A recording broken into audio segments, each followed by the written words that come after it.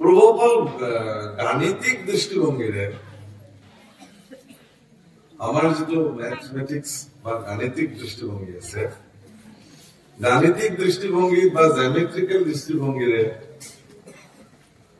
এটা বিন্দু আপুনি এনেকে কাগজ এখনত এটা কলমেৰে বা পেঞ্চিল ডালেৰে এটা বিন্দু এটা মাৰি দিয়ে, তাত বিন্দু পৰিপূৰ্ণ বিন্দু। সেই বিন্দুটোৰ পৰা এক নিৰ্দিষ্ট দূৰত্বৰে আপুনি যদি তেনেকুৱা অজস্ৰ বিন্দু আঁকি যায়, প্ৰত্যেকটো বিন্দুৰে এইটো বিন্দুৰ পৰা সেইটো বিন্দুৰ দূৰত্ব কিন্তু একে হ'ব লাগিব। আৰু এনেকে যদি অসংখ্য বিন্দুৰ সমষ্টিৰে আঁকি দিয়ে আপুনি, তেতিয়াহ'লে এইটো বৃত্ত বুলিব, হয়নে? মেথছৰ মানুহবিলাক এইটো বৃত্ত বুলিব। এই যিটো বিন্দুৰ পৰা আৰম্ভ হল বৃত্তটো, তাক বৃত্তৰ কেন্দ্ৰ বোলে, কেন্দ্ৰ বিন্দু। এতিয়া কেন্দ্ৰ বিন্দুৰ পৰা কেন্দ্ৰ বিন্দুক যদি ভেদ কৰি পেলাই বৃত্তৰ ইটো মূৰৰ পৰা আন এটা মূৰলৈকে যদি এডাল আৰু ৰেখা আঁকি দিয়া হয়, তাৰ নাম ব্যাস। যদি কেন্দ্ৰ বিন্দুক ভেদ নকৰি কাষেৰে যায়, তেতিয়াহ'লে তাক যা বুলিব, ই ব্যাস নহয়। কেন্দ্ৰ বিন্দু ভেদ কৰিবলৈ কৈছে ব্যাস হব, সেইকাৰণে বেদব্যাসৰ নাম ব্যাস। তেওঁ বেদৰ যি কেন্দ্ৰবিন্দু, সেই কেন্দ্ৰবিন্দু ভেদ কৰি পেলাই বেদৰ শাখা ভেদ কৰি বেদক চাৰিটা কৈছে। বেদ কিন্তু এখনেই, একবেদক কৰিলে মতিবেদ, একবেদ বুলি কৈছে। ভগৱানৰ শ্ৰীমুখে প্ৰথম নিশ্বাসতে একেই বেদ নিৰ্মাণ হৈছিল। বেদব্যাসৰ ক্ষমতা আছে। তেওঁৰ নামটো আচলতে কৃষ্ণ দ্বৈপায়ন বেদব্যাস। তেওঁৰ শৰীৰটো কৃষ্ণ বৰ্ণ আছিল কাৰণে কৃষ্ণ, এটা দ্বীপত জন্ম হৈছিল কাৰণে দ্বৈপায়ন, আৰু বেদক ব্যাস কৰিছিল কাৰণে কৃষ্ণ দ্বৈপায়ন বেদব্যাস। এতিয়া সেই কেন্দ্ৰবিন্দুটোক ভিত্তি কৰি পেলাই অসংখ্য ৰেখা যদি আপুনি বাহিৰলৈ উলিয়াই দিয়ে, বৃত্তৰ পৰা বাহিৰলৈ উলিয়াই টানি টানি টানি টানি লৈ যায় থাকে, তেতিয়াহ'লে আপুনি দেখিব যে প্ৰত্যেকডাল ৰেখাই কিন্তু কেন্দ্ৰবিন্দুটোৰ পৰা আৰম্ভ হৈছে।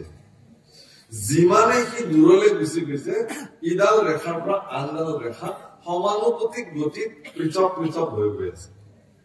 সমানে যিমানে গৈছে সিমানে তাৰ দূৰত্বটো বাঢ়ি গৈছে।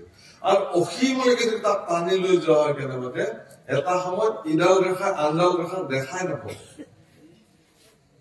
তেওঁলোক যে এটা নিৰ্দিষ্ট বিন্দুৰ পৰা একেলগে ওলাই আহিছিল, এই কথা তেওঁলোকে পাহৰি যাব।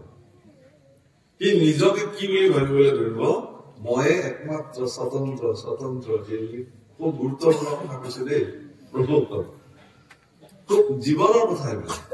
তেওঁ নিজকে স্বতন্ত্ৰ স্বতন্ত্ৰ স্বতন্ত্ৰ ভাৱনাৰে কৈছে, আৰু ময়ে অকলে, এতিয়াতো কোনো নাই।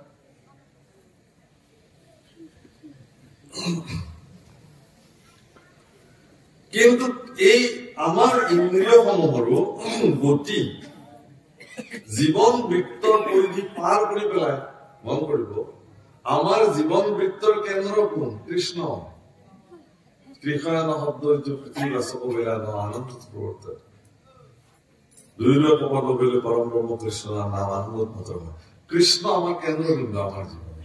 গতিকে আমাৰ জীৱন বৃত্তৰ কেন্দ্ৰবিন্দু কৃষ্ণৰ পৰা যদি ইন্দ্ৰিয়সমূহ সৃষ্টি হৈছে, তেওঁই সৃষ্টি কৰিছে, এওঁলোক যেতিয়া বহিৰ্মুখী হৈ যাব নহয়, তেতিয়া যিমানে এওঁলোক বাহিৰলৈ গুচি যাব, নিজকে এওঁলোকে স্বতন্ত্ৰ স্বতন্ত্ৰ বুলি ভাবিব।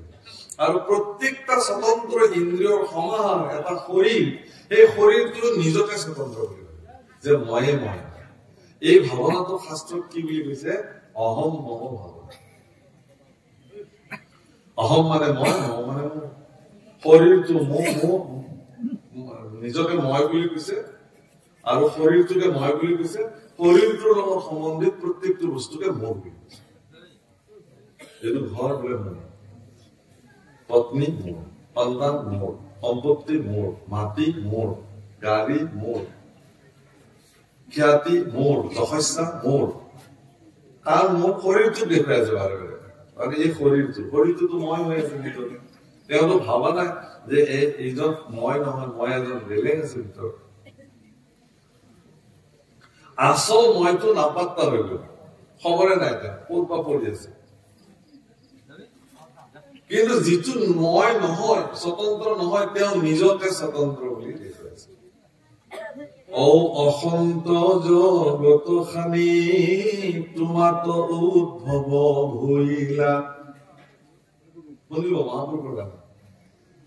অসন্ত জগত খানি তোমাত উদ্ভৱ ভৈলা, সন্ত হেন প্ৰকাশে সদায়, কৰ্মজৰ মনুষ্যৰ তাতে মনোমগ্ন ভৈলা, বেদৰ নুবুজে অভিপ্ৰায়। অসন্ত মানে মিছা, এই মিছা জগতখন, এতিয়া আমি বাকী বাদ দিলো, শৰীৰটোকে জগত বুলি ধৰো সূক্ষ্ম দৃষ্টি। এই শৰীৰ ৰূপী জগতখন তোমাৰ পৰাই সৃষ্টি হৈছিল ভগৱান, কাৰণ তুমিহে সঁচা, সন্ত তুমি। আৰু এতিয়া মই নিজকে সন্ত বুলি ভাবিব লাগিব। সন্ত হেন প্ৰকাশ সদায়, নিজকে সি সঁচা সঁচা দেখুৱায়, মইহে সঁচা। যিদিনাখন তেওঁ গুচি যাব সঁচাজন, সেইদিনাখনে মানুহ হব এইগিলা মিছা যাওঁ যোগ লোক কাগজটো আৰু খৰি কেইটামান যোগাৰ কৰ, জ্বলে দে, চাই চেচ, কোনো মূল্য নাই। সেই তেওঁ থকালৈকে কিন্তু মই হৈ থাকিব। আৰু মৰাজনৰ গাত যেতিয়া বাগৰি বাগৰি ইষ্ট কুটুম্বে কান্দিব, তেতিয়া জ্ঞানীসকলে বুজাব এইটোৰ প্ৰতি আৰু মায়া ৰাখি লাভ নাই। আমাৰ দেউতাক লৈ নাযাবি শ্মশানত, এইবুলি কান্দে। পত্নীয়ে কান্দিব, মোৰ স্বামীক ক'ত লৈ যায়, লৈ নাযাব, থাকক মায়ে। যদি তেওঁলোকৰ কথা শুনি ৰাইজে ইহঁতে ইমান মায়া মোৰ কৰিছে এইবুলি যদি ৰাইজ গুচি যায়, এইবাৰ তেওঁলোকে আকৌ মানুহ নাপাব, আমাৰ কি কৰা এতিয়া, কেইদিনৰ পিছত তেওঁলোকৰে, 3 দিনৰ পিছত তেওঁলোকৰে বিৰক্তি হব, গোন্ধ ওলাব ধৰিব, পচিব ধৰিব, এই ৰাম কোনো নাহিলে কি হব এতিয়া। এতিয়া তেওঁলোকে কব সোনকালে লৈ যাওঁ, তাৰমানে কামেই নাই। তুমি আছা কাৰণেহে কিমান ভাল। গতিকে এই যে অসন্ত জগতখন তোমাক উদ্ভৱ হইলা, অসন্ত হেন প্ৰকাশে সদায়, কৰ্মজৰ, মই ইয়াৰ আগত কৰ্মজৰৰ ব্যাখ্যা কৰিছিলো যে মায়াই যেতিয়া এজন ব্যক্তিক বান্ধি থাকে, তেতিয়া তেওঁ কৰ্মজৰ হৈ যায়। সেই কৰ্মজৰ সকলৰ কাৰণেহে শৰীৰটো মই। কিন্তু কৰ্মজনক নিষিদ্ধ কৰি পেলাই, তাৰ বান্ধটো খুলি পেলাই ভক্তিমুখী যেতিয়া এজন ব্যক্তি হৈ থাকিব, ভক্তিমান হোৱাৰ লগে লগে তেওঁৰ এই বহিৰ্মুখী ইন্দ্ৰিয়বিলাক পুনঃ উভতি আহিব, অন্তৰ্মুখী গতি আৰম্ভ। এতিয়া আপোনালোকে কওক, যিমানে অন্তৰ্মুখী গতিৰ প্ৰত্যেকটো ইন্দ্ৰিয় পুনঃ কেন্দ্ৰবিন্দুলৈকে গতি কৰিব, যিমানে আহিব ইজনে আনজনৰ লগত চাপি চাপি চাপি চাপি আহিব। এটা সময় দেখা থাকিব, তই আহিছা, এইবাৰ তই মই কৰি থাকোতে থাকোতে আহি আহি আহি গোটেইকেইটা এক হৈ গল, এটাত বিলীন হৈ গল, এটা বিন্দু নিবিষ্ট। এই যে বহিৰ্মুখী ইন্দ্ৰিয়সমূহ ভক্তিমান দৃষ্টিভংগীৰে এক ঈশ্বৰত সমৰ্পিত কৰি পেলাই সকলোকে পুনঃ অন্তৰ্মুখী দৃষ্টিৰে আনি পেলাই এক জীৱন বৃত্তৰ কৃষ্ণ বিন্দুত যে সমাহিত কৰি দিলে, ইয়াতে এক শৰণ দিলে।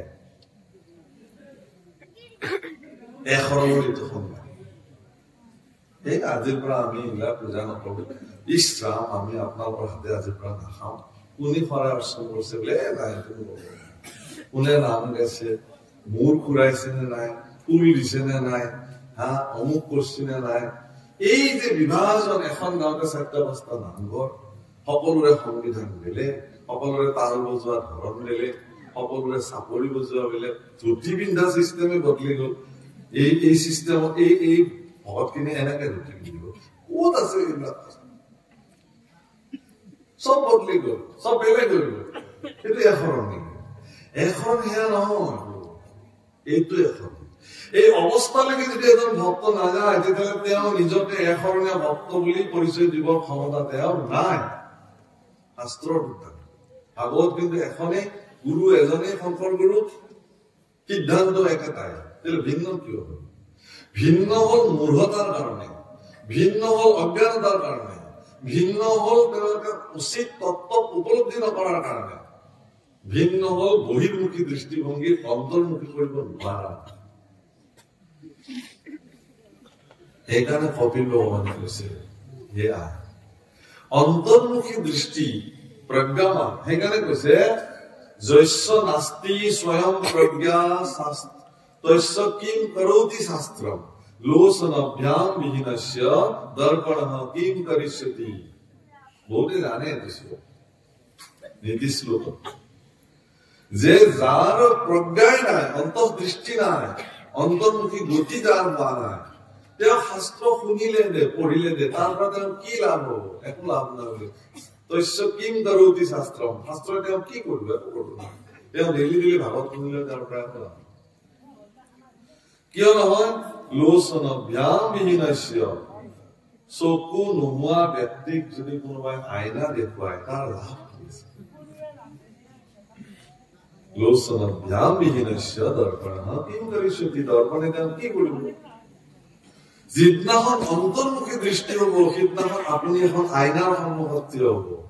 সেই আইনাখনত আপুনি নিজৰ স্বৰূপটো দেখিব সেইদিনাখন, আৰু সেই আইনাখনত যিটো স্বৰূপ দেখিব সেই স্বৰূপটোত আপুনি দেখিব যে আপুনি যিটো ভাবি আছিল সেইটো দেখোন আপুনি নহয়, সেইটো বেলেগহে। বেলেগ মানে সেইটো ঈশ্বৰহে। মই তাৰমানে তুমিয়ে প্ৰভু, তুমিয়ে মই, ময়ে তুমি। এই যে তুমিয়ে মই, ময়ে তুমি, এইটো সংস্কৃতত কি বুলি কৈছে? স্বহম তত্ত্ব। দ্বাদশ অধ্যায়ত মহাপুৰুষ শংকৰদেৱ গুৰুজনাই পৰীক্ষিতৰ ব্ৰহ্মজ্ঞান প্ৰাপ্তিত এই বাক্যটোৰ কোনো অসমীয়া শব্দ ব্যৱহাৰ নকৰিলে, ডাইৰেক্ট সংস্কৃতত যেনেকে আছে তেনেকে উল্লেখ কৰি দিলে, কাৰণ কোনোবাই ইয়াত বুজাত ভুল কৰিব বুলি। যিসকলে দ্বাদশ অধ্যায় শেষত পৰীক্ষিতৰ ব্ৰহ্মজ্ঞান প্ৰাপ্তি পঢ়িছে তেওঁলোকে শুনিছে স্বহম তত্ত্ব, যে স্বহম অহম স্ব, ময়ে তেওঁ, তেওঁৱেই মই। ইয়াৰ পৰা আৰম্ভণিতে কি বুলি কলে যে মই সমে এইটো ভক্তি এৰা দিনা। যদি এনেকুৱা দৃষ্টিভংগীৰে কোনোবা ভকত হৈ মোক ভক্তি কৰিলে তেওঁ আৰু মোৰ মাজত একো পাৰ্থক্য নাই, তেওঁৱে মই, ময়ে তেওঁ, স্ব। বুজি না কথাটো? আমি সামৰিম এই অনুষ্ঠান, বেছি দেৰি নকৰো, 10টা বজাত অনুষ্ঠান সামৰিম।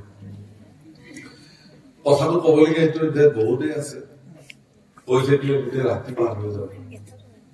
ইমান ভৰপূৰ তথ্য ইয়াত তৃতীয় স্কন্ধৰ এই অধ্যায়টোত সম্পন্ন হৈ আছে। অকল ভক্তি যুগৰ বৰ্ণনা যদি 7 দিন 7 ৰাতি ব্যাখ্যা কৰা হয় ই শেষ হৈ নাহে। ইমান তথ্য সন্নিৱিষ্ট হৈছে, শেষ কৰাটো সম্ভৱ।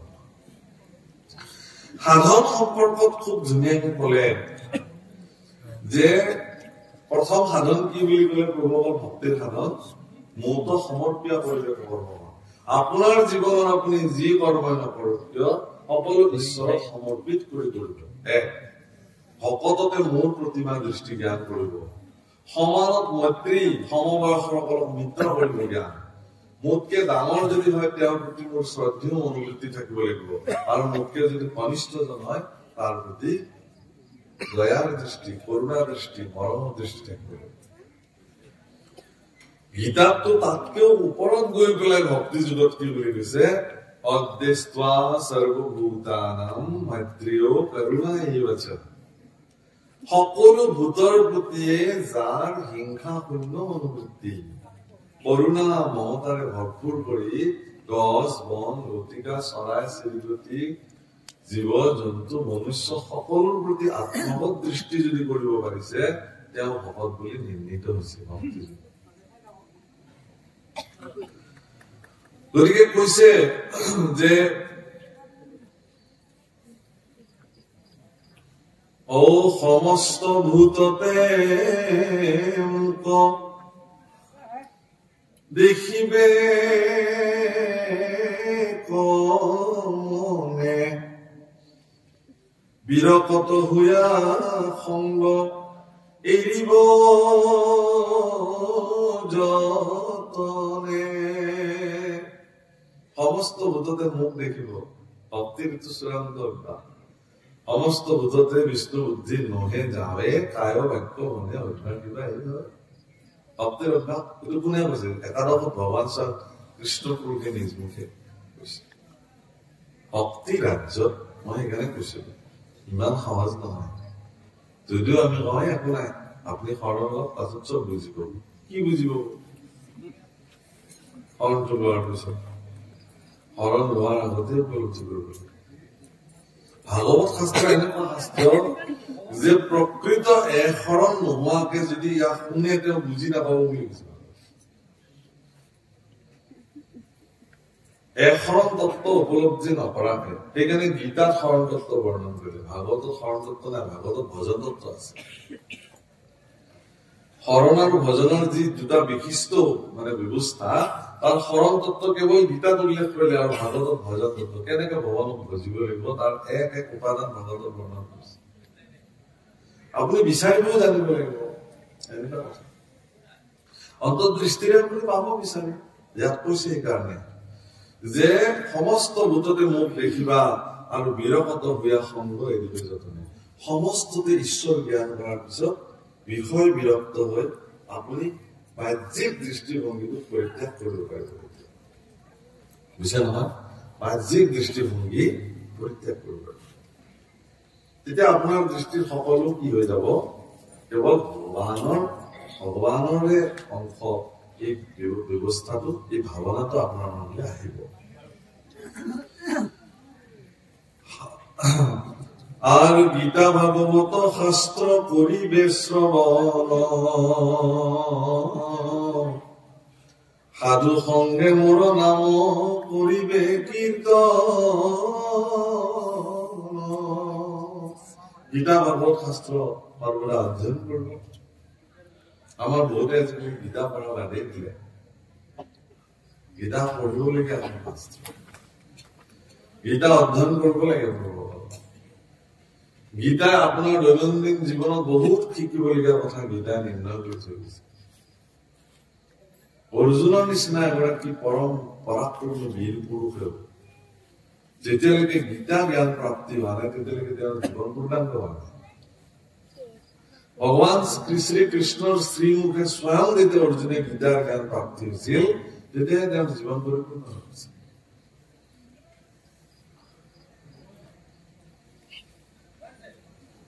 হীৰা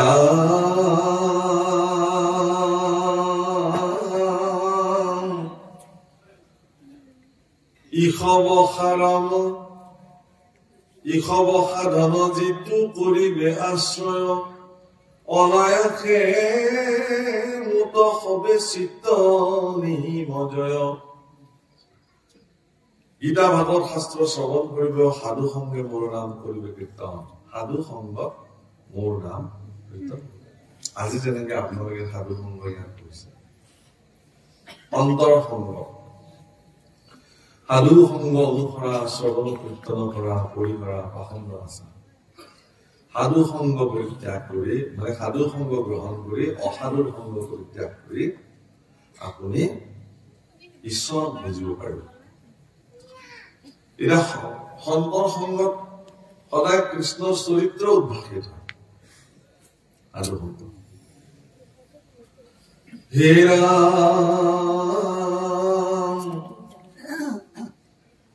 পুষ্পৰ সুগ্ৰাম যেন প্ৰৱেশিনা খাত এমতে যোগীৰ চিত্ত প্ৰৱেশে আনত আপুনি যদি সুন্দৰ পুষ্প কাৰোবাৰ পদূলিত ফুলি আছে আৰু আপুনি যদি সেইফালে যায় আপুনি ইচ্ছাকৃতভাৱে সুগন্ধি নলওঁ বুলিও নলোৱাকে থাকিব পুষ্পৰ সুগ্ৰাম নিজে নিজে আপোনাৰ হৃদয়ত প্ৰৱেশ কৰিব মন মানসিকতাত প্ৰভাৱ পেলায় ইমান সুন্দৰ সুগন্ধি ঠিক তেনেকে এগৰাকী ভক্তি যোগীও তেওঁ যদি ইয়াতে দেখুওৱা সাধনাৰ দ্বাৰা লব্ধ হয় প্ৰতিষ্ঠিত হয় তেতিয়াহ'লে ভগৱানে কোনো প্ৰয়াস নকৰাকে তেওঁ ভগৱান নিজে নিজে তেওঁৰ প্ৰতি সমায় ভগৱানে নিজে মই প্ৰয়াস কৰিব নালাগে নিজে নিজে মোৰ তাতে আহি থাকে এমতে যোগীৰ চিত্ত প্ৰৱেশ কোন যোগী ভক্তি যোগী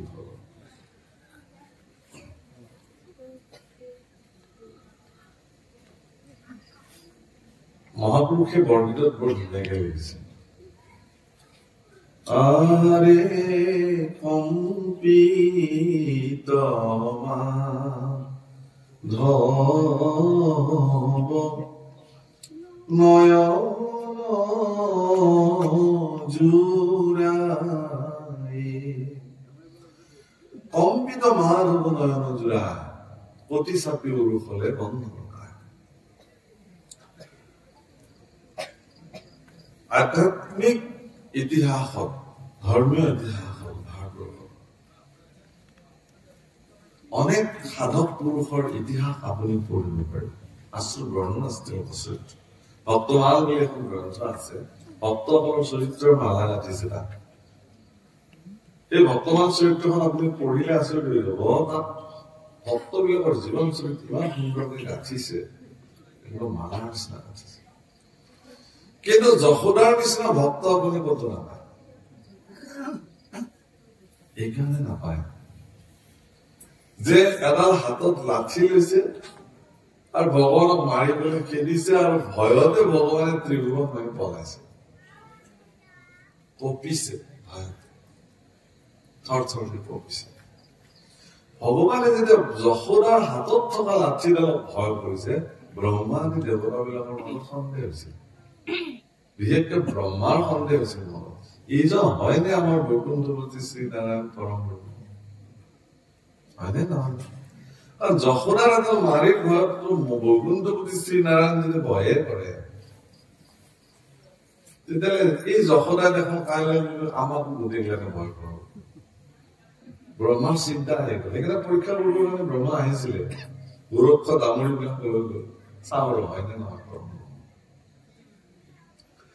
পিছত যেতিয়া দেখিলে হুয়া গুৰু গোৰক্ষ আপুনি প্ৰতিয়ে খৰ্বৰ ব্ৰজত বঞ্চিলা বৰিষে এবছৰ কাল যেতিয়া তেওঁ ব্ৰজত প্ৰৱৰ্তি থাকিলে পৰম ব্ৰহ্ম ব্ৰহ্মাই আহি দেখিলে যে মই নিয়া গৰুবিলাক জৰি গৰু তাতে আছে গোৰক্ষ সকলো তাতেই আছে ইয়াতো দেখোন সমানে আছে দেখিলে যে এইবাৰ ভালকে দৃষ্টি দি দেখিলে যে প্ৰত্যেকটো পৰম ব্ৰহ্ম একেবাৰে কথা মুধাচুত সংকট পৰিল মৰে এতিয়া ব্ৰহ্মাই মৰন্ত দেখি বসন্ত ব্ৰেলি যে ব্ৰহ্মা মৰে একেবাৰে লগে লগে ৰূপ ঢাকিলন্ত দুনাই জীয়াই লন্ত ৰূপ ঢাকিলে আকৌ কোনো জীয়াই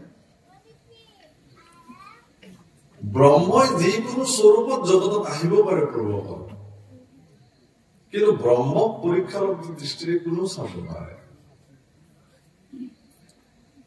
ভগৱান ৰাম আৰু লক্ষ্মণে আকুল বিকুল হৈ গোটেই সীতাক বিচাৰি ফুৰিলে সীতা সীতা লক্ষ্মণে বৌকে মাতি মাতি জংঘলত বিচাৰি ফুৰিলে কৈলাশ পৰ্বতৰ পৰা এই লীলা ভগৱান শিৱই দৰ্শন কৰিলে প্ৰভু তোমাৰ যে আৰু কাম কি যে নোহোৱা তুমি এইবাৰ আকৌ মনুষ্য হৈ গৈছা পৃথিৱীত নিজৰ পত্নীক নিজেই অগ্নি দেৱতাৰ ওচৰত সমাহিত কৰি ৰাখিছে ৰাৱণে যিদিনাখন সীতা হৰণ কৰিব আহিছে তাৰ আগদিনাখনে ৰাতি অগ্নি দেৱতাক মাতি লৈ আহিছে অগ্নি দেৱতা প্ৰকট হোৱা অগ্নি দেৱতা প্ৰভু কি আজ্ঞা বোলে মোৰ পত্নীক তুমি ৰাখা আৰু এটা কায়কল্প মোক দি দিয়া এদিনৰ কাৰণে কিছুদিনৰ কাৰণে কিয় যে এই কায়কল্পটো ৰাৱণে লৈ যাব যিদিনাখন মই পুনৰ এই কায়কল্পটো ৰাৱণৰ পৰা লৈ আহিম ৰাৱণক নিধন কৰি সেইদিনাখন তুমি পুনঃ প্ৰকট হবা মই তোমাক এই কায়কল্পটো তাতে জ্বলাই দিম তোমাৰ আকৌ তুমি মোৰ আচল কিতাপ দি দিবা এইটো হল অগ্নি আৰু ভগৱানৰ আলোচনা কোনো নাজানে এইটো আলোচনা নহলে ৰাৱণৰ দৰে দুৰাচাৰী স্বয়ং জগত জননী লক্ষ্মী তাৰ অৱতাৰ সীতা তেওঁ হাতেৰে স্পৰ্শ কৰি জ্বলি নাযাবলৈ লগে লগে চাই হৈ নাযাবলৈ সেইটো কায়কল্প স্বৰূপাৰ্থ তেওঁৰ মৃত্যুক তেওঁ আমন্ত্ৰণ কৰিবৰ কাৰণে কায়কল্প সীতাটোলৈ গুচি গল এই কথা বেলেগে নাজানে সেইকাৰণে যেতিয়া সীতাক যেতিয়া ৰাৱণৰ পৰা লৈ আহিছিল তেতিয়া ৰামে তেতিয়া কি বুলি কৈছিল ৰবা তাতে থাকা মই অগ্নি পৰীক্ষা কৰিব আৰে স্বয়ং ভগৱান লক্ষ্মী সাক্ষাৎ জগত জননী জগদম্বা সীতা তেওঁক মই পৰীক্ষা কৰিবলৈ ভগৱানে ইমান বিশ্বাসৰ অভাৱ নাই তেওঁলোকৰ। সকলোৰে মাজত হাহাকাৰ লাগিব। লক্ষ্মণক ক'লে খৰি আনা, আজ্ঞা জ্যেষ্ঠ ভাতৃ, তৎক্ষণাৎ খৰি লৈ আহিছে। আজি আমাৰ কিছুমানে এইটোক লৈ তাৰমানে ফেমিনিষ্ট সকলে, নাৰীবাদী সকলে এইটোক লৈ মানে খুব চৰ্চা কৰে যে ৰাম কেনেকুৱা ভগৱান, নাৰীক কৰিলে অপমান, ইমান তেওঁ ব্ৰত ধাৰণ কৰি থাকিলে, তাৰপিছত তেওঁ অগ্নি পৰীক্ষা কৰিলে। অগ্নিতো পৰীক্ষা কৰি আনিলা সীতা, ব্ৰহ্মাদেৱে স্তুতি বাণী বুলিলে তোমাৰ। অগ্নিত পৰীক্ষাটো অগ্নি পৰীক্ষা, সীতাৰ অগ্নি পৰীক্ষা নহয়, কায়কল্পটো জ্বলাই দিয়াৰ মাত্ৰ এটা ব্যৱস্থা। যেতিয়া কায়কল্পটো অগ্নিত জ্বলি গল, তাৰপিছত আচল সীতাক পুনৰ অগ্নি দেৱতাই লৈ আনি ভগৱানৰ ওচৰত সমৰ্পণ কৰে। তোমাৰ সম্পত্তি তোমাক লুকালো, মোক আজ্ঞা কৰিছিলা, ইমান দিনে মই কেতিয়া ৰাখিছিলো। সেই কায়কল্পটোক বিচাৰি নাটক কৰিবৰ কাৰণে, হনুমানক প্ৰাপ্তিৰ কাৰণে, কি কয় আপোনাৰ সুগ্ৰীৱক প্ৰাপ্তিৰ কাৰণে, বানৰ সেনানী প্ৰাপ্তিৰ কাৰণে, ৰাক্ষসৰ পৰা অত্যাচাৰত পীড়িত হৈ থকা ঋষিসকলক ৰাক্ষসৰ পীড়নৰ পৰা উদ্ধাৰ কৰিবৰ কাৰণে প্ৰভু ৰামচন্দ্ৰই নাটকখন কৰিলে। আউলি বাউলি হৈ বিচাৰি ফুৰিব ধৰিলে। সুবৰী মাতৃক উদ্ধাৰ কৰিবৰ কাৰণে তেওঁ বিচাৰি ফুৰিলে। শিৱই এইবিলাক দেখি পেলাই বৰ আনন্দ কৰে, হা প্ৰভু তোমাৰ লীলা চিন্তা। কিন্তু শিৱৰ কাষত বহি থকা সতীৰ মনত প্ৰশ্ন আহে, সন্দেহৰ ভাৱনা জন্মে। হে স্বামী, মই এটা কথা সুধো, কি যদি এয়া সঁচাকে পৰম ব্ৰহ্ম শ্ৰীৰাম হয়, এখেতেনো নাজানে নে তেওঁৰ পত্নী বৰ্তমান ক'ত আছে? জানে, জানে, চব জানে। বোলে জানেই যদি এই অৰণ্যে অৰণ্যে সীতাক বিচাৰি হাহাকাৰ কৰি কিয় ফুৰি আছে? বোলে দেৱী তোমাৰ মনত সন্দেহ উৎপন্ন হৈছে। এই সন্দেহ পৰম ব্ৰহ্মৰ প্ৰতি কোনো সন্দেহ নকৰে দেই, এইটো মহাপাপ হয়। তুমি সন্দেহ ইমানতে তুমি সামৰা। সতী এশ ওপৰলৈ গুচি গল, কলে কি বুলি বোলে নহয়, মোৰ মনত সন্দেহ হৈছে মানে মই সন্দেহটো ভঞ্জন কৰিম, মই এতিয়া পৰীক্ষা চাম ৰামক, হয় নেকি? পৰম ব্ৰহ্মৰ পৰীক্ষা চাবা তুমি। মই কিন্তু তোমাক বাৰণ কৰিছো, তুমি পৰম ব্ৰহ্মৰ পৰীক্ষা চাব নোৱাৰিবা। সতীয়ে বোলে নহয় স্বামী মোক আজ্ঞা কৰা, মই ওলাবই। এই বুলি তৎক্ষণাৎ সীতাৰ ৰূপ ধাৰণ কৰিলে। বনবাসী সীতাৰ ৰূপ ধাৰণ কৰি ইফালৰ পৰা ৰাম আৰু লক্ষ্মণে দৌৰি দৌৰি সীতাক বিচাৰি গৈছে, সিফালৰ পৰা অৰণ্যৰ পৰা আউলি বাউলি হৈ সীতা স্বামী স্বামী এনেকে ওলাই আহিলে। যে ওলাই আহিলে ৰামচন্দ্ৰই দেখাৰ লগে লগে ৰামচন্দ্ৰই তেওঁক প্ৰণাম কৰিলে। হে মাতৃ, হে গৌৰী, তোমাৰ আৰু কি হল এইটো ৰূপ লবৰ কাৰণে? তুমি আৰু কিয় মিছাতে এইটো ৰূপ লৈ আহিলা? সেই বুলি কবহে পেলে গৌৰী তাতে সতী বেহুচ হৈ পৰিল। অনুচৰ বৰ্গ লৈ যায়, কি কয় তুলি লৈ আহিলে, আহি কিবাকে ঠিক ঠাক কৰিলে, ঠিক বাৰে বাৰে বেহুচ হয়, বাৰে বাৰে ঠিক হয়, পৰম ব্ৰহ্মৰ।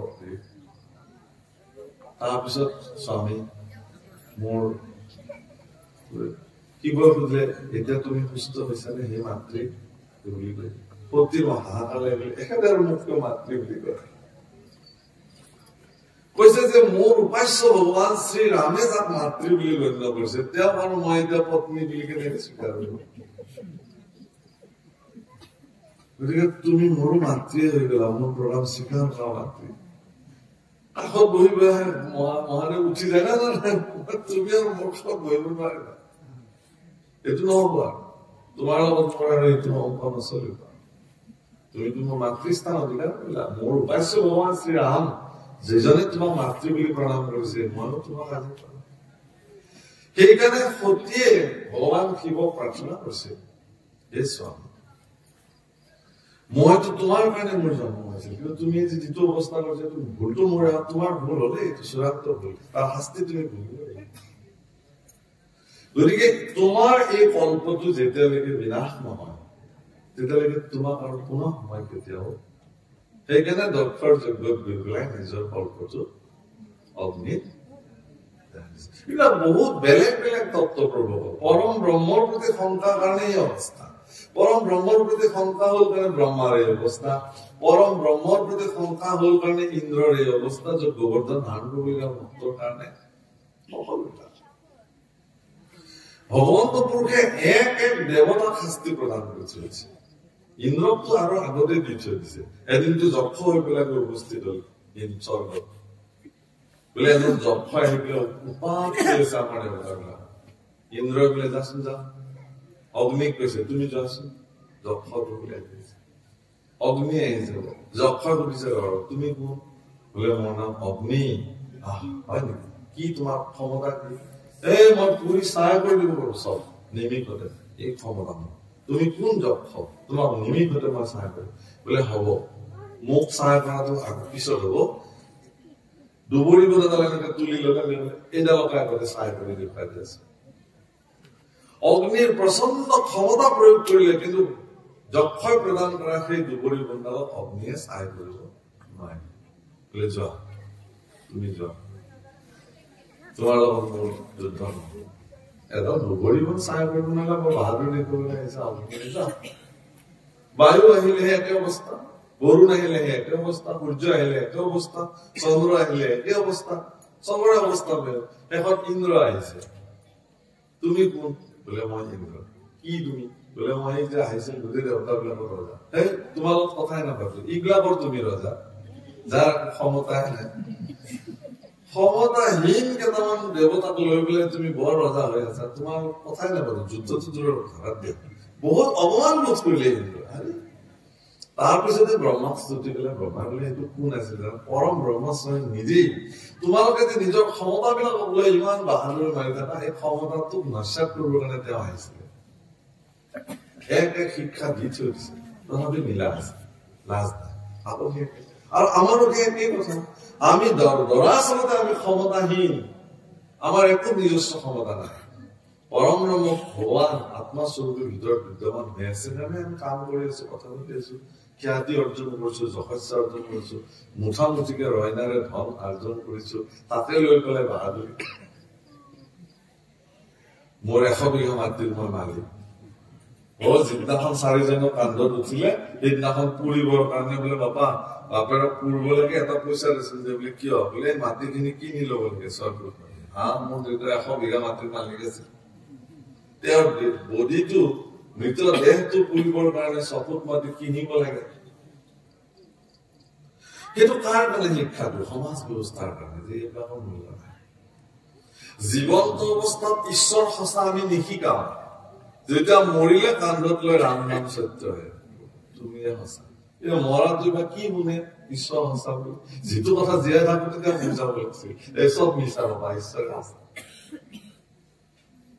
আচলতে মৰণতাজনৰ কাৰণে নহয় সেই মৰণতাজনক আগ কৰি পেলাই যিসকল সেই শৱযাত্ৰাৰ যাত্ৰী তেওঁলোকৰ কাৰণে এক সামাজিক শিক্ষা পইচাটো নিদিলেও হয় মাত্ৰ কিন্তু সমাজৰ কাৰণে এটা শিক্ষা যে চোৱা এজন ব্যক্তিৰ মৃত্যুৰ পিছত তেওঁৰ কাৰণে যে চকুত মাটিৰ প্ৰয়োজন হয় দাহন কৰিবলৈ তাকো ক্ৰয় কৰি ল'ব লাগে বসুমতীৰ পৰা তাৰমানে আমাৰ কাৰণে যি বাহাদুৰি মাৰো আমি ইমান বিঘা মোৰ মাটিৰ মই মালিক এইবিলাকৰ কোনো মূল্য নাই গতিকে সেইকাৰণে এই কথা ইয়াত খুব ধুনীয়াকে কৈছে যে আপোনাৰ এই অহংকাৰ লয় হৈ যাব আপুনি নিজৰ স্বৰূপ উপলব্ধি কৰিব পাৰিব কেনেকে তাৰ একমাত্ৰ উপায়টো হল সৎসংগ সাধু সংগ এইটো কোনে সিদ্ধান্ত দিছে কপিল ভগৱানে সিদ্ধান্ত দিছে মাতৃয়ে ভক্তি যুগত তাকে কৈছে যে সাধু সংগে মোৰ নাম কৰিবে কীৰ্তন ইহব সাধন যিটো কৰিবে আশ্ৰয় অনায়াসে মুক্ত হবে চিত্ত তেওঁৰ চিত্ত মুঠতে বিলীন নিমজ শব্দৰ অৰ্থ একেবাৰে বিলীন হৈ যাব পাৰ্থক্য উলিয়াবাৰ নোৱাৰে বিলীন হৈ যাব গতিকে ইয়াত কৈছে হে ৰাম সমস্ত ভূততে মই আছো সৰ্বক্ষণে মোহ কয় বজ্ঞাতি কৰে যিটো জনে আৰ বেদ মন্ত্ৰে প্ৰতিমাত কৰয় অৰ্চন নাহি তাৰ ফল হবে কিছু হবে বিড়ম্বন মানুহে মাত্ৰ এই শ্লোকটো মাতি থাকে বেদ মন্ত্রে প্রতিমাত করয় অর্চন নহে তার ফল কিছু হবে বিড়ম্বন বেদ মন্ত্র দ্বারা প্রতিমা যদি কোনোবাই অর্চন কৰিছে তেওঁ একো ফল নহয় বিড়ম্বন কিন্তু আগৰ পদটো কোনেও নামাতে আগৰ পদটোত কি দিছে সমস্ত ভূততে মই আছো সৰ্বক্ষণে মোহক অৱজ্ঞা আতি পৰে যিজনে সমস্ত ভূততে মই আছো বুলি যদি কোনোবাই জানিও অৱজ্ঞা কৰিছে তেওঁ যদি বেদ মন্ত্ৰেৰে প্ৰতিমা অৰ্চন কৰিব যায় তাত তেওঁ একো ফল প্ৰাপ্তি আমাৰ এনেকুৱা কিছুমান নিৰামিষাৰী লোক আছে মানে তেওঁ কিছুমান আছে কি আমি বৃহস্পতিবাৰে নাখাওঁ এসপ্তাহীয়া নিৰামিষ সাপ্তাহিক নিৰামিষ বুধবাৰে কিন্তু দকচি খাব বুধবাৰে খোৱাখিনি পেটত আছে সেইখিনিক লৈ বৃহস্পতিবাৰে নুচুৱে নাচাই মানে সাংঘাতিক এইদিনা সেইবিলাক আমি সাপ্তাহিক নিৰামিষ বুজিছো এইটো এটা বিশিষ্ট প্ৰাণী আৰু কিছুমানে সোমবাৰ পালিব কিছুমানে শনিবাৰ পালিব সেইদিনাখন নাখায় সপ্তাহিক কিছুমানে আকৌ একাদশীৰ দিনা নাখায় এইবিলাক হল পষেকীয়া 15 দিনতে এদিন দশমীৰ দিনা কিন্তু ঠিকছে খাব আকৌ দ্বাদশীৰ দিনাও খাব ঠিকছে 15 দিনতে এদিন নাখায় কোনোবা আকৌ মাহেকীয়া অমাৱস্যাত নাখায় এইগিলা মাহেকীয়া নিৰামিষ কি ৰব খাই যদি গোটেইকেইদিনে খাওঁ কি নোৱাৰে এদিন মাজতে বিচাৰ আছে আমার খুব বলির বিরুদ্ধ করে আমি বলি না মানুষ বলি দিলে নহব বেবিচার ঠিক আমিও না প্রাণী হত্যা করে পুজো নানান কিন্তু কোনো কারণ স্বীকার না কি লাগে বলিয়ে হোক লাগে অন্য ধর্মের সেই ব্যবস্থায় হোক ধৰ্মৰ নামত পক্ষী বলি কেতিয়াও সমাজত গ্ৰহণযোগ্য নহয় কিন্তু বলিৰ বিৰুদ্ধাচৰণ কৰিব যোৱা লোকসকলে নিজৰ পাকঘৰৰ গঠিখনক এবাৰ সোধা ভাল গঠি মই বলিৰ বিৰুদ্ধ কৰিব পাৰিমনে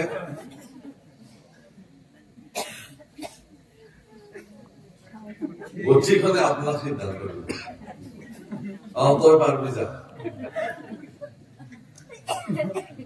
যদি বঠিয়ে পারমিশন দিয়া নাই আপনি ভুলতো কথা সেইটো কথা তার কোন মূল্য নাই সমস্ত প্রাণীত বিষ্ণু বুদ্ধি নহয় যায় সমস্ত প্রাণীতে তেওঁ আছে সেইকাৰণে মাংস বুলি কয় মাংস মাং মানে মই স মানে মানে মই তেওঁক খাইছো আৰু তেওঁ এদিন মোক খাব বাছ জোতা পৰিপূৰক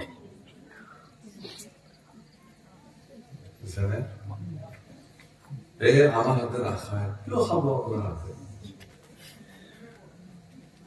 ইমান বেছি দেখবা আমি ইমান শুদ্ধ সদাচাৰী ভকত কত গা পা ধুই 3 বাৰ মান গা ধুই আহিছো আমি ৰান্ধিছো আমাৰ আপোনাৰ এইখন হাতেৰে কিয় খাব এজন এইখন হাতেৰে আপুনি কালি কেইটা প্ৰাণীক ডিঙি চেপি টুকুৰা টুকুৰি কৰি সিজাই আহিছে খাই লৈ আৰু আজি আপুনি শুদ্ধ সদাচাৰী 7 বাৰ গা ধুই ভকত কোনে খাব আপোনাৰ নাখায় বেয়া কৰিব লাগে আপোনাক আপুনি জোৰ কৰিব নোৱাৰে নহয় আপোনাক মই এইটো নষ্ট ডায়েবেটিছ ৰোগীক আপুনি মৰমেৰে আপুনি 8টা গোল্লা খাবলৈ বনোৱা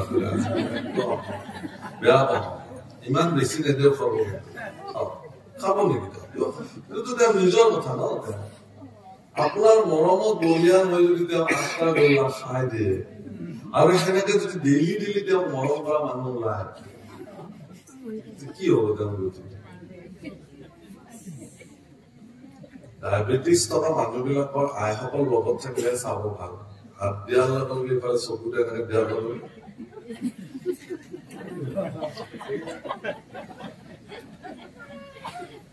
নাৰিকলৰ লাড়ুটো যেতিয়া দেখিলে আজি একো নহয় দিলে বুজিয়াকে চাওঁ কিমান আছে ভাল কথা ভাল উত্তম খুব ৰস পাইছা প্ৰেক্টিকেল জীৱনত মই অলপ হাঁহিৰ খৰাক দিছো হয়নে দিলে হ'ল এজন মানুহ বিলাকে খুব মিছা কথা কয় হেৰি ভাগিনেকটো কলে মামা হেৰি তুমি মানে বেছিকে মিছা কথা কৈছা কেনেকে বোলে কালি থিয়েটাৰ চাব গৈছিলা নে বোলে গৈছিলো এই লাখ লাখ মানুহ আচ্ছা থিয়েটাৰ লাখ লাখ মানুহ এইটো বেছি হৈ গ'ল তাৰমানে ঠিকে মানুহ বহুত হৈছে একদম থিয় হৈ মানুহ থিয়েটাৰ চাইছে ঠিক আছে সেইবুলি লাখ লাখ মানুহ হৈছে বাপৰে কালি থিয়েটাৰ এইটো বেছি হৈ নহ'ল তেওঁ কলে কি বোলে বোলে কালি এডাল আমি সাপ এডাল মাৰিলো নহয় বোলে হয় কৃষ্ণ বোলে সাপডাল 80 ফুট মান তাৰমানে ভাগিনেকটো কৈছে তাৰমানে সি ভাগিনেকক পৰিচয় দিলে যে বাবা মোৰ যদি এনেকে বেছি হৈ যায় নিচাটো তই মোক এটা ইংগিত দিবি এনেকে দিবি তেতিয়া মই বুজি পাম যে মোৰ এইটো বেছি হৈ গ'ল সেইকাৰণে মানে সি কলে মোটামুটি 80 ফুট মান তেতিয়া ভাগিনেকে এইটো বহুত বেছি হৈ গ'ল দিয়াতে আৰু মামাকে তাৰমানে আমি ভাবিলোহে 80 ফুট বুলি পিছত যেতিয়া আমি চালো ভালকে 40 ফুট তেতিয়া আকৌ ভাগিনেকে আমি যদিও ভাবিলো 40 ফুট বুলি তেতিয়া আমি নহয় এনেকে নহব ভালকে চাচোন চা এইবাৰ ভালকে চাই দেখিলো যে 20 ফুট তেতিয়া ভাগিনেকে এনেকে দিলে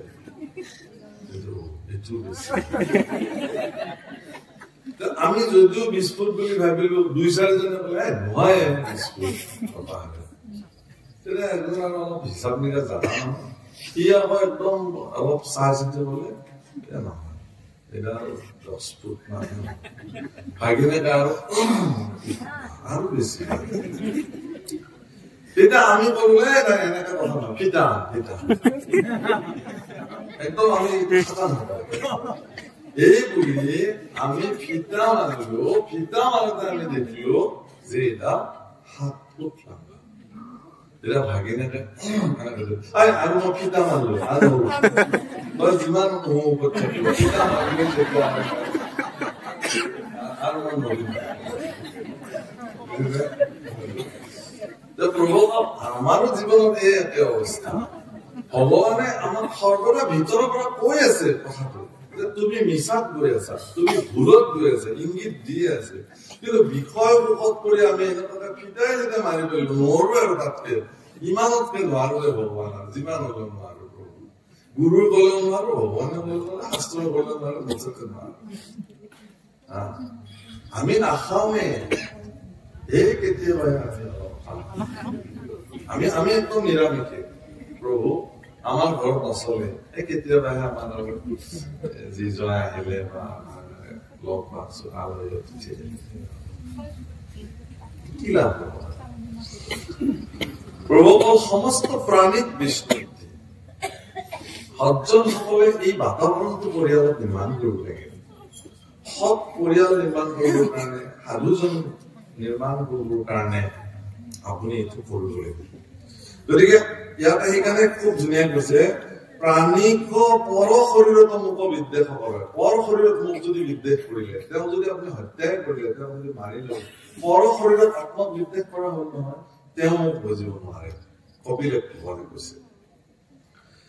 কৈছে যে প্ৰাণীক নিন্দা মোক যিজনে বুজায় তাতো মই তুষ্ট নহয় জানে না নিশ্চয় ইয়াৰ প্ৰতি মই তুষ্ট নহয় গতিকে অৱজ্ঞা উপেক্ষা দ্বেষ নিন্দা পৰিহৰি তেবে মোক বুজিব ভক্তি পাব কি বাদ দিবলৈ কৈছে অৱজ্ঞা আপুনি কাকো নেগলেক্ট কৰিব নোৱাৰে কোনো প্ৰাণী উপেক্ষা কৰিব নোৱাৰে নিন্দা কৰিব নোৱাৰে এই সমস্ত পৰিত্যাগ কৰি তুমি মোক বুজিবা তেতিয়া মোক তুমি পাবা দিলে মুকাম ফলকন পাই